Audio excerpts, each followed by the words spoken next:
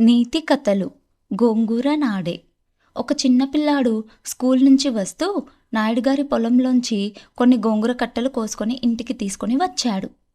అమ్మా అమ్మా, నాకు గోంగూర పచ్చడి ఇష్టం కదా, గోంగూర కట్టెలు తెచ్చాను, చేసి పెట్టవా అని అడిగాడు. అమ్మ, ఈ గోంగూర ఎక్కడిది బాబు అని అడిగింది. నాయుడుగారి పొలంలోంచి తెచ్చానమ్మా అని బదులు చెప్పాడు. చేసింది దొంగతనము అని చిన్నపిల్లాడికి తెలియక చేశాడని భావించి తల్లి మందలించలేదు.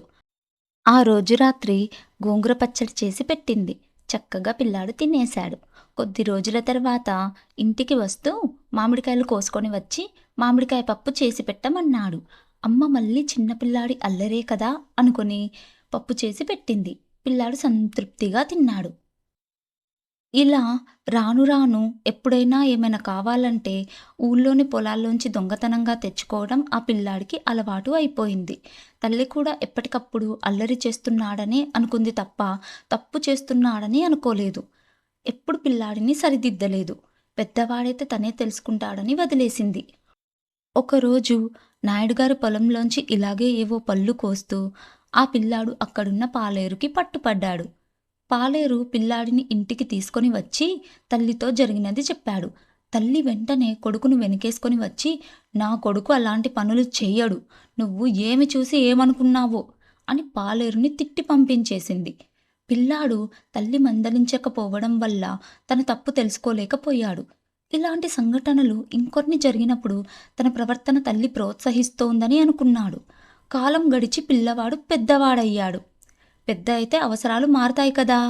చిన్నప్పుడు కాయలు కూరలు దొంగలించే పిల్లాడు పెద్దవాడై తన అవసరాలకు తగ్గట్టు వస్తువులు డబ్బులు దొంగలించడం మొదలెట్టాడు.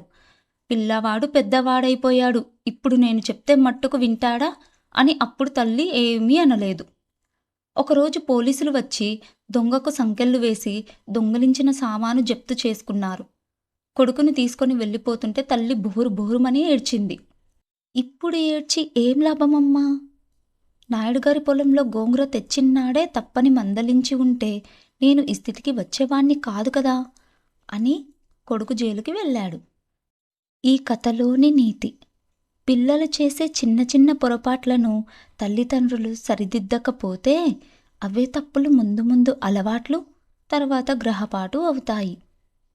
ఈ కథ కనుక మీకు నచ్చినట్లయితే లైక్ చేయండి, షేర్ చేయండి, సబ్స్క్రైబ్ చేయండి.